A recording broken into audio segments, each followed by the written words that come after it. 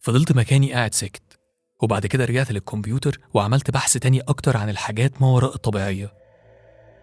كلام الراجل اللي قابلته كان صح، في حاجات كتير بتحصل حوالينا ملهاش تفاسير علمية.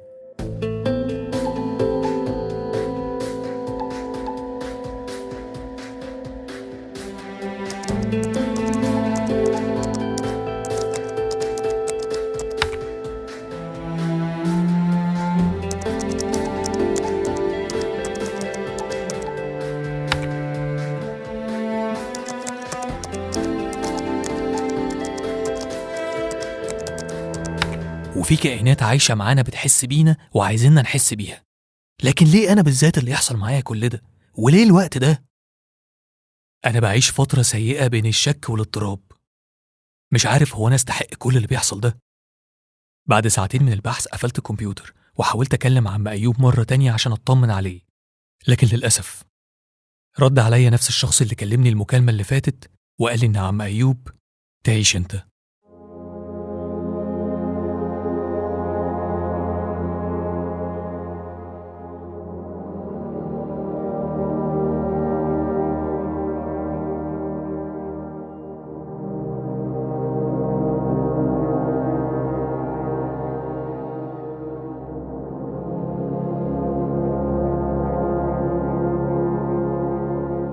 كان لازم أقطع سفري مع عيلتي وأرجع عشان أعزي في عم أيوب جاري.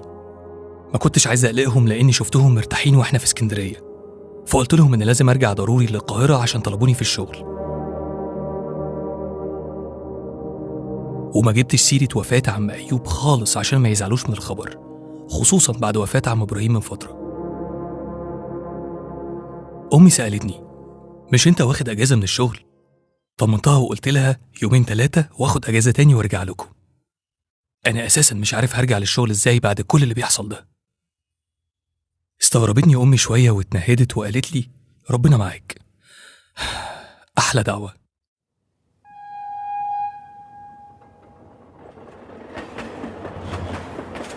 رجعت للقاهرة في أول قطر ورحت البيت عم أيوب. الصوان كان منصوب ولقيت ناس كتير في العزا. عم أيوب كان شخص محبوب، فكرني بعم إبراهيم الله يرحمه، كان برضه محبوب. الناس الكبيرة دي فعلا بركة. دخلت العزا وقعدت وسط الناس شوية وزهقت، فمسكت الموبايل وقلت أتصفح شوية عناوين الأخبار، وخرجت بالغلط على قائمة الأسماء وافتكرت الراجل اللي رد عليا وقال لي على وفاة عم أيوب. أنا فعلا كنت عايز أعرف مين اللي كان بيرد عليا وقتها، فكنت بلمح على الناس اللي قاعدة ومن غير ما حد ياخد باله يمكن ألاقي حد أعرفه وأسأله، خصوصا إن عم أيوب كان قاعد لوحده أغلب أيامه الأخيرة. وفي وسط الناس اللي بتعزي شبهت على كام واحد كان موجود، وكان منهم واحد من قرايب عم أيوب أنا فاكره كويس.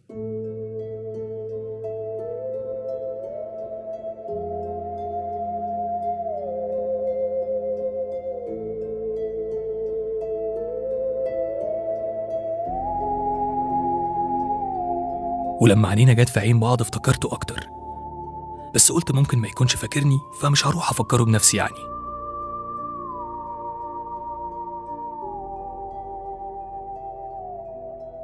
قريب عم أيوب ده اتحرك لحد بيت عم أيوب، وأخدت بالي إنه بصلي بصة من تحت لتحت وكأنه هو كمان بيشبه عليا، لكن كمل طريقه للبيت وطلع.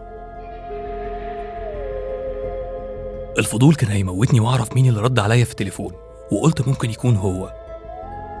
قمت من مكاني وقلت في بالي هروح وراه واسأله. طلعت وراه ومديت خطواتي ودخلت من باب البيت فما لقيتهوش. بصيت يمين وشمال كويس لكن برضه ما كانش موجود.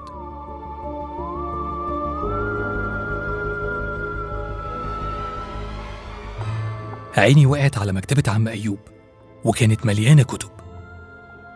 وقفت جنب المكتبة وقلت هنتظر لحد ما أشوف راح فين.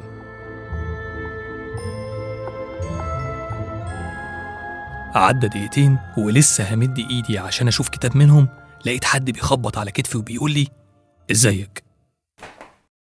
اتلخفنت وخبطت إيدي في كتابه ووقع. ما اهتمتش للكتاب وبصيت للي خبط على كتفي وقلت له: أهلا. ولقيته هو نفس الشخص اللي بشبه عليه، فقلت له: أنا بشبه على حضرتك، مش أنت من قرايب عم أيوب؟ رد عليا وقال لي: أنا شريف وعم أيوب يبقى عمي. مش أنت آسر ابن عم عادل اللي ساكنين آخر الشارع؟